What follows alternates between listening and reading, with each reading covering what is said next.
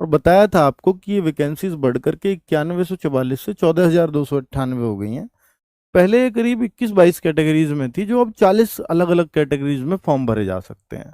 इस बात को जरूर समझना, क्योंकि फॉर्म फिर से शुरू हो रहे हैं, 15 दिन फिर से मिलने जा रहे हैं आपको, लेकिन केवल उन्हीं कैटेगरीज के बच्चों को मिलेंगे कि जैसे 2 से 22 कैटेगरी ऑलरेडी, सीरियल नंबर आप देखेंगे नोटिफिकेशन में तो 2 से 22 तक ऑलरेडी फॉर्म पहले आ चुके थे, अब 22 ही कैटेगरी इन्होंने दी थी।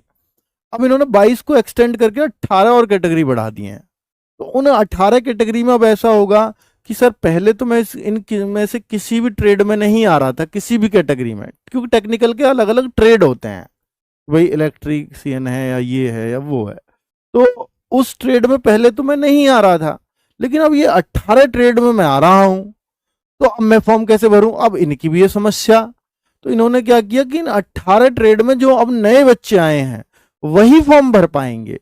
अब कोई पहली जो 22 कैटेगरीज में आ रहा हो वो फॉर्म भरने की कोशिश करे पहली 22 कैटेगरीज में, तो उनमें फॉर्म नहीं भरा जाएगा। अब केवल और केवल जो है 23 से 40 तक वाली कैटेगरी में ही फॉर्म भरा जा सकता है। ठीक है।